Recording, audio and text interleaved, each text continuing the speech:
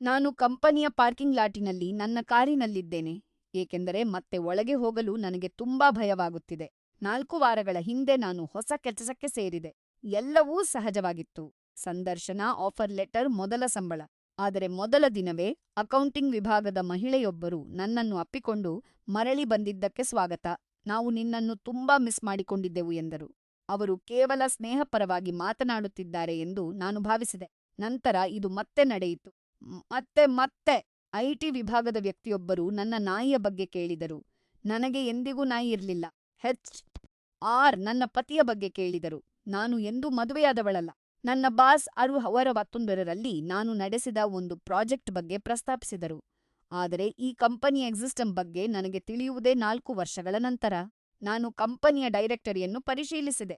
ಅಲ್ಲಿ ನಾನು ಧರಿಸದ ಶರ್ಟ್‌ನಲ್ಲಿ ನನ್ನ ಫೋಟೋ ಇದೆ ಮತ್ತು 2016ರಿಂದ ನಾನು ಇಲ್ಲಿ ಕೆಲಸ ಮಾಡುತ್ತಿದ್ದೇನೆ ಎಂಬ ದಿನಾಂಕವಿದೆ. ಹೆಚ್.ಆರ್. ನನಗೆ 9 ವರ್ಷಗಳ ಪರ್ಫಾರ್ಮೆನ್ಸ್ ರಿವ್ಯೂಗಳು ಮತ್ತು ತೆರಿಗೆ ದಾಖಲೆಗಳನ್ನು ತೋರಿಸಿದರು. ಎಲ್ಲದರಲ್ಲೂ ನನ್ನ ಸಹಿ ಇದೆ. ಆ ಸಹಿಗಳು ನನ್ನ ಸಹಿಯಂತೆಯೇ ಇವೆ. ನಂತರ ನಾನು ನನ್ನ ಡೆಸ್ಕ್ ಮೇಲಿರುವ ಫೋಟೋಗಳನ್ನು ನೋಡಿದೆ. ನಾನು ಎಂದೂ ನೋಡದ 2 ಮಕ್ಕಳು, ನನಗೆ ಪರಿಚಯವಿಲ್ಲದ ಒಬ್ಬ ವ್ಯಕ್ತಿ. ನನ್ನ ಹಳೆಯ ವರ್ಕ್ ಲ್ಯಾಪ್‌ಟಾಪ್‌ನಲ್ಲಿ ನಾನು ಒಂದು ಸಂಪೂರ್ಣ ಜೀವನವನ್ನು ಕಂಡುಕೊಂಡೆ. ಪ್ರಯಾಣದ ವಿವರಗಳು, ವೈದ್ಯಕೀಯ ದಾಖಲೆಗಳು ಮತ್ತು ನನಗೆ ತಿಳಿಯದ ಮಕ್ಕಳ ಶಾಲಾ ಇಮೇಲ್‌ಗಳು. ನಾನು ನನ್ನ ಕೈಯನ್ನು ನೋಡಿಕೊಂಡೆ.